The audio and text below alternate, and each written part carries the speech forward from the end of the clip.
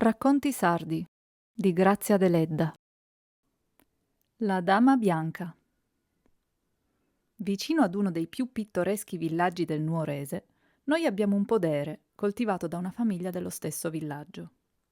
Il capo di questa famiglia, già vecchio ma ancora forte e vigoroso, strano tipo di sardo con una soave e bianca testa di santo, degna del Perugino, viene ogni tanto a Nuoro per recarci i fitti ed i prodotti del podere e ogni volta ci racconta bizzarre storie che sembrano leggende, invece accadute in realtà, tra i monti, i greppi e le pianure misteriose ove egli ha trascorso la sua vita errabonda e a molte delle quali egli ha preso parte.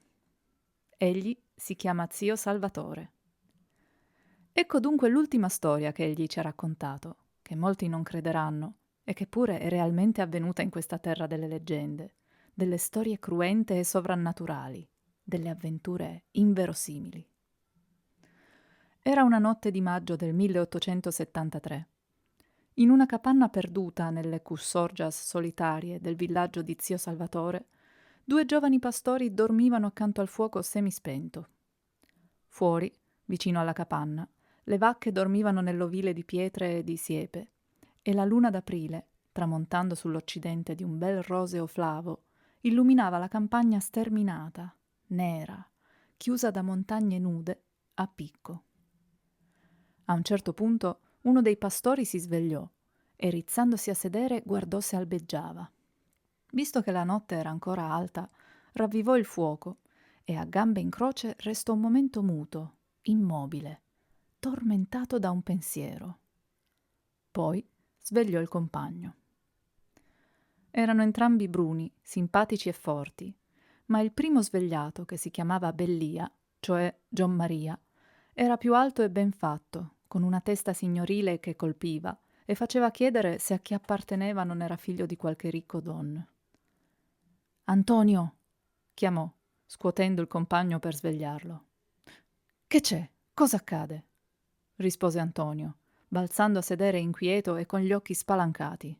«Che cosa c'è?» «Nulla. Ti ho svegliato per dirti una cosa. Senti, è la terza notte che sogno il medesimo sogno. Io non credo ai sogni, ma per Dio, quando si sogna per 3 notti di seguito, sempre la stessa cosa, c'è da pensare». «Mi hai svegliato perciò?» chiese l'altro con un sorriso scettico e di compassione. «Hai forse tu sognato che ti portavano alla forca?» «No», esclamò Bellia senza scomporsi. «Senti, mi appare sempre in sogno una signora vestita all'antica. Così credo io perché le signore ora son vestite diversamente, con un mantello di velluto bianco che la copre da capo a piedi. Ha il volto bianco come il suo manto e gli occhi neri, enormi, con sopracciglia arcuate, folte e congiunte, e i capelli pure neri, attortigliati intorno alle orecchie». «Beh, come le Olianesi», esclamò Antonio con ironia, che si interessava poco a quel sogno e aveva molta voglia di riaddormentarsi. «È sempre la stessa, 3 notti di seguito, comprendi? Cosa diavolo ti fa? Sognare delle dame, per Dio!» «Aspetta», mi guarda a lungo, con quegli occhi severi bellissimi che mi fanno paura e meraviglia, e mi dice: «Bellia, cammina, cammina, va nei campi di San Matteo, presso il bosco, vicino al torrente. Troverai una pietra di granito, a 10 passi dal torrente, presso il primo albero del bosco, il più grosso che c'è. Leva la pietra, troverai un'altra pietra fissa al suolo.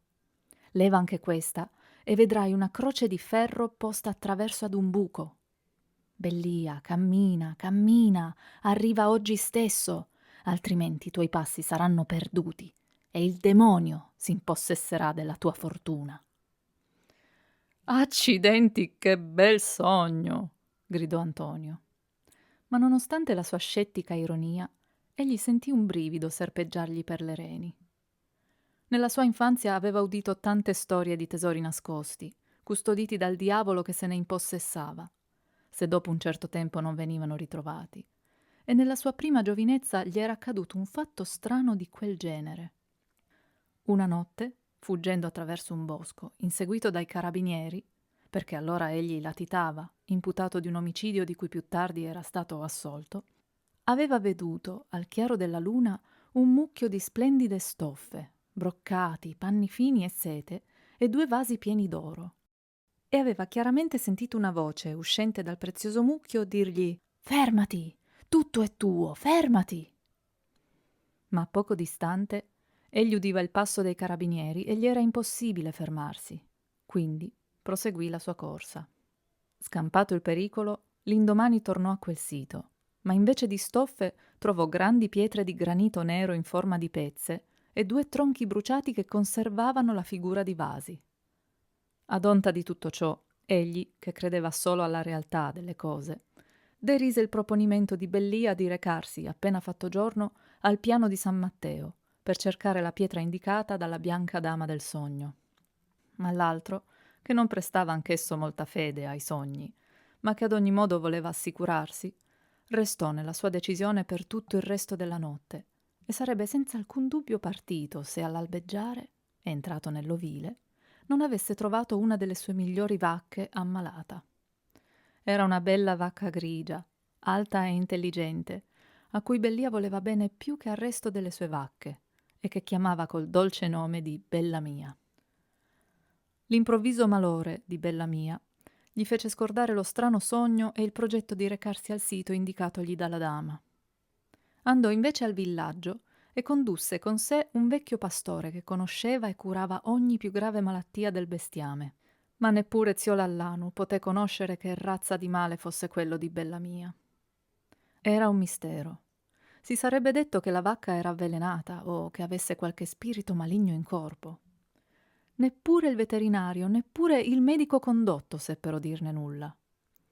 Tuttavia, dopo qualche giorno, Bella Mia guarì improvvisamente, misteriosamente come si era ammalata, e riprese a vagare tranquilla con le compagne attraverso i campi freschi, tra i fieni odorosi di margheritine, con grande contentezza di Bellia che, naturalmente, non pensava più di andare lassù, nei piani rocciosi di San Matteo. Qualche tempo dopo, però, Bellia e Antonio, cambiando le vacche da un pascolo all'altro, passarono per caso lassù. Era un lembo bizzarro di paesaggio, campi deserti e selvaggi di montagna, pieni di rocce e di felci, circoscritti da boschi di elci secolari e chiamati Campi di San Matteo da una chiesetta pisana distrutta, là vicina. I 2 pastori ricordarono il sogno o i sogni di Bellia e Antonio fu il primo a proporre di guardare se c'era la pietra e l'albero sognato. Costeggiarono la riva del torrente asciutto e arrivati vicinissimi al bosco, Bellia cambiò in volto di colore. Egli vedeva l'albero, il più grosso che si scorgesse, e vedeva la pietra di granito precisamente uguali come nel suo sogno. «Perdio! Perdio!» disse, bianco in viso e con gli occhi scintillanti. Si slanciò sulla pietra, ma da solo non poté smuoverla. Antonio lo aiutò e dopo molti sforzi riuscirono a scostarla. Sotto, Bellia vide l'altra pietra, più piccola, fissa al suolo, come la dama bianca del sogno aveva detto. Allora anche Antonio si turbò e senza dir nulla continuò ad aiutare il compagno che, livido, con le labbra frementi, smuoveva la terra con le mani intorno alla pietra.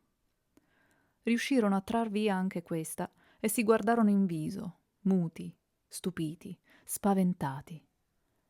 Là sotto c'era la croce di ferro del sogno, posta attraverso di un buco. Bellia gridò: «Lo vedi? Lo vedi?» Con uno sforzo supremo sradicò la croce dal suolo e introdusse il braccio tremante nel buco e ne trasse un gran vaso di ferro arrugginito. Non è possibile descrivere la commozione dei 2 pastori, e specialmente quella di Bellia. Senza dubbio il vaso era pieno di oro e di perle. Dio santissimo, Dio santissimo! Con la leppa, specie di grossissimo pugnale a una lama, che i pastori nel luogo d'oro tengono quasi sempre infilata nella cintura, Bellia fece saltare il coperchio del vaso. E allora ricordò le ultime parole della dama. «Arriva oggi stesso, altrimenti il demonio si impossesserà della tua fortuna». Il vaso era pieno di carbone e di cenere, sino in fondo.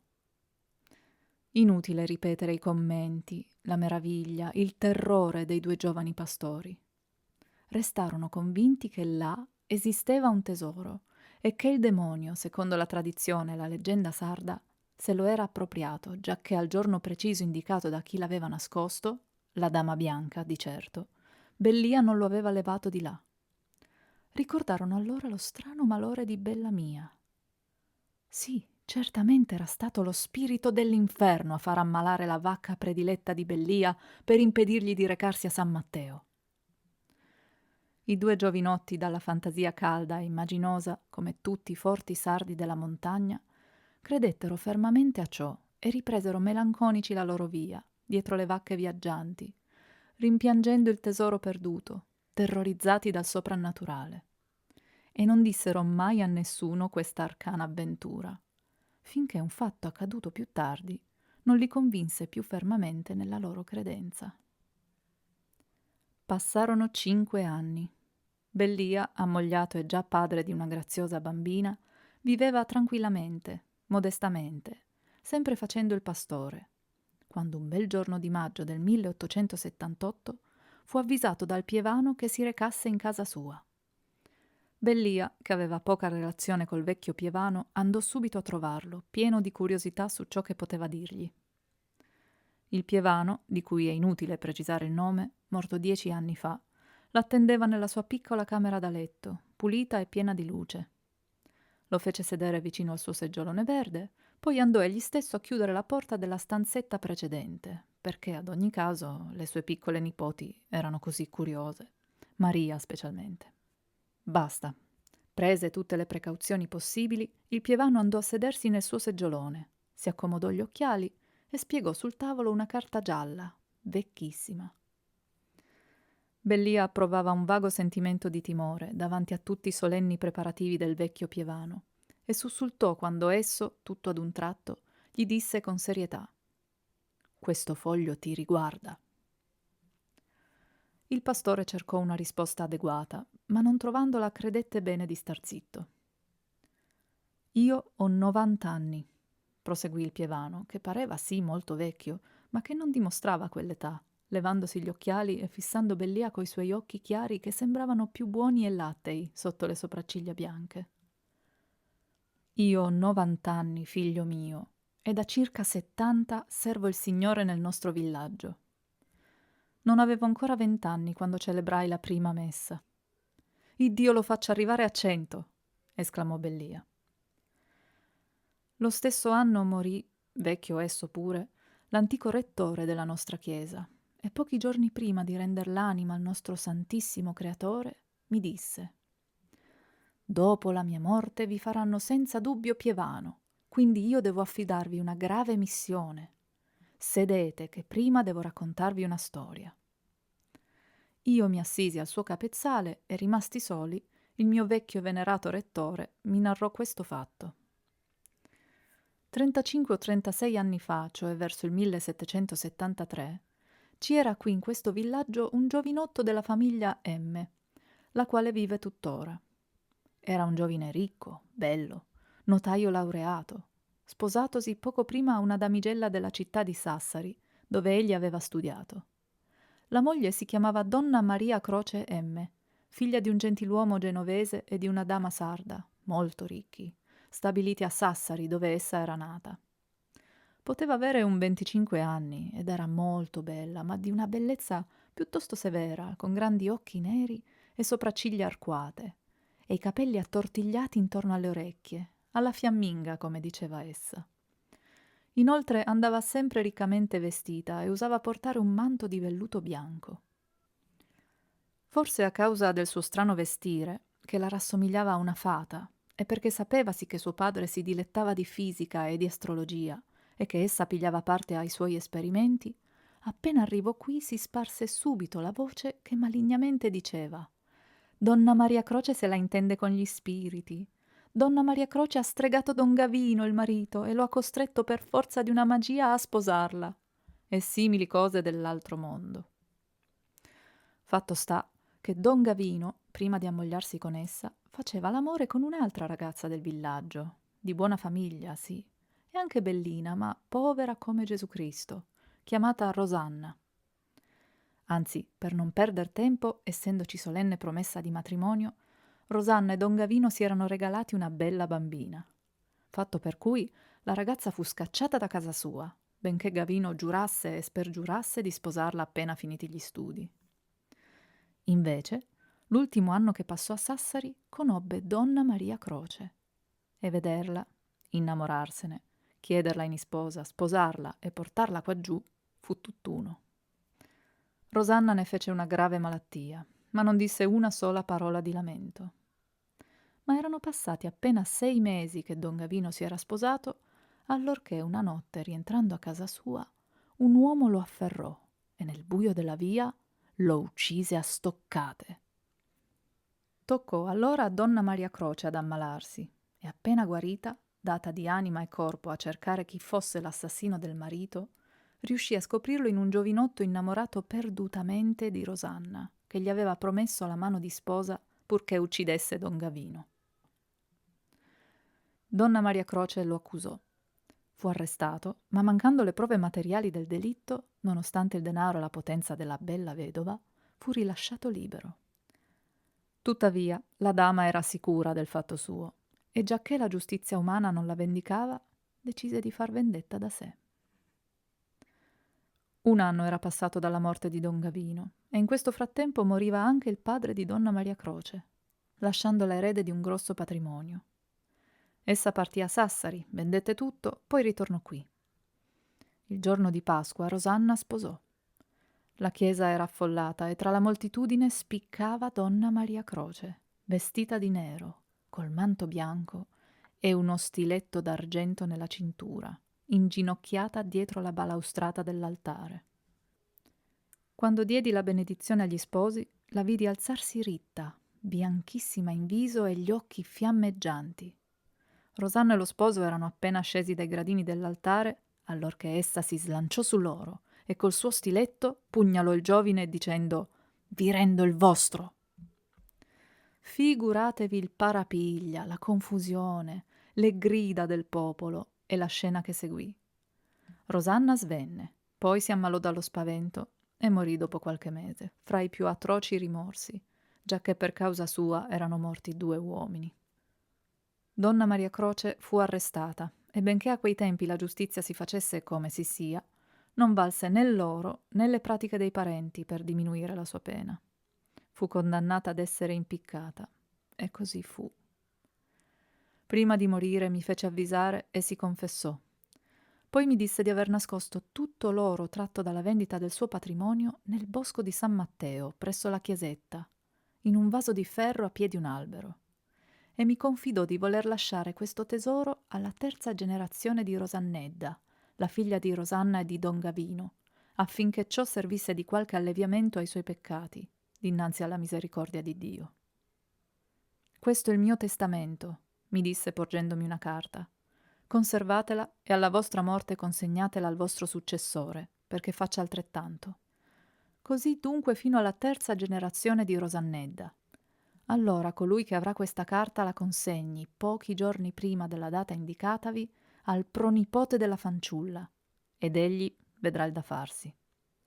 Lo avverta però di recarsi il giorno preciso, perché se tarderà un'ora sola, tutto sarà invano». Pregai la dama di spiegarmi questa frase, ma essa non volle dirmi nulla a proposito. E però quel giorno, Dio mi perdoni, credetti anch'io che essa avesse qualche relazione col mondo soprannaturale, perché quando le chiesi «E se Rosannedda muore senza erede?» mi rispose «No, si mariterà ed avrà una figlia che anch'essa piglierà marito, dal quale avrà numerosa famiglia. Il figlio maggiore, in ultimo, avrà un figliuolo nei cui nomi ci sarà uno dei nomi miei. Questo è il destinato». «E se», domandai, «qualche altro cerca impossessarsi del tesoro?» «Invano. Solo colui che voglio io lo troverà, purché anch'esso arrivi in tempo». Donna Maria Croce non mi disse altro. Mi consegnò la carta e da quel momento sino all'ora della morte non fece che pregare. Morì coraggiosamente, da buona cristiana, ed io la piansi come una figliuola. Come essa aveva predetto, Rosannedda, dopo molti anni, si maritò ed ebbe una figlia che vive tuttora, ed è una bella ragazza anch'essa che voi senza dubbio conoscete. Io conservai il testamento di Donna Maria Croce religiosamente, e mai mi venne il pensiero di accertarmi sulla verità di ciò che essa mi aveva confidato. Ora lo consegno a voi, secondo l'ordine suo, e voi farete altrettanto se, Dio non voglia, non arriverete a conoscere l'erede. Ciò detto, continuò il vecchio Pievano, il mio venerato precessore mi consegnò la carta che tu vedi qui, o Bellia.